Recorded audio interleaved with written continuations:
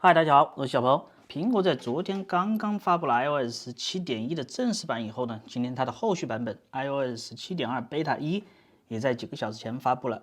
可以看到它的体积非常的大，在我的 iPhone 15 Pro 上有 6.38 个 GB， 一同更新的还有 iPadOS 17.2 Beta 1、watchOS 10.2 Beta 1、macOS Sonoma 14.2 Beta 1、tvOS 和 HomePod 17.2 Beta 1。那么马上随我一同来看看这次又有哪些新特性值得我们关注的呢？那么首先就是这次更新中最大的一个新特点啊，也就是我们之前在 WWDC 中看到的日记应用 Journal， 中文名为手记。当我们第一次启动它的时候啊，它告诉我们手记记录个人的经历，寻找有意义的见解，手机建议和写作提示可助我们开始记录。好，我们跟着继续。这里 iPhone 会根据你的每日时刻创建日记建议，这里也有说明，摘要会使用我们去过的地方、听过的音乐、拍过的照片这些内容的数据来提供建议，包括一些日记中要写的主题。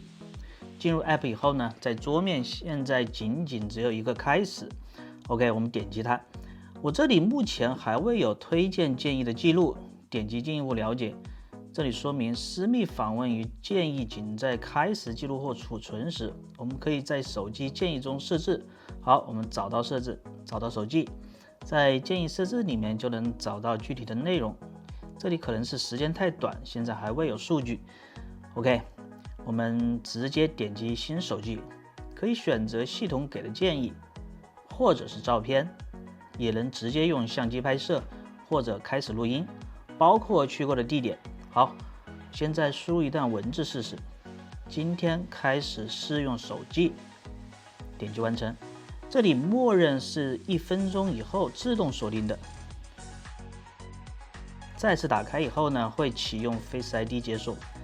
这个也可以在设置中开启或者是把它关闭。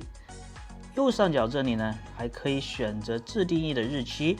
苹果这个手机 App 一推出啊，感觉一票日记类的 App 又得玩完，这个非常符合苹果一贯的作风啊，走自己的路，让其他人无路可走。OK， 另外这次也最终带来了联系人密钥验证，这个也是 Apple 在去年12月份的时候推出的功能。Apple 通过 iMessage 服务中使用端到端加密，一旦开启联系人密钥验证，如果有黑客入侵服务器之类的，用户会自动收到报警。这个一般人呢还真的用不到。好，另外一个更新在侧边操作按钮上，这次又新增了翻译快速按键。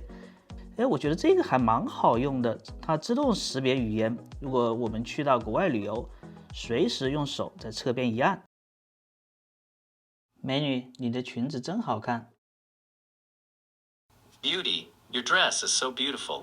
接着再去到设置中，找到专注模式，选择一个模式进入，拉到最下面的过滤条件，新增了 Apple Music 听歌历史记录，这里可以设置是否启用它。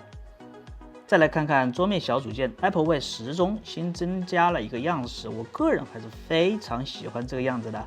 还有天气组件也新增了3个不同的样式，我觉得第3个这个日落日出还蛮漂亮的，也很不错。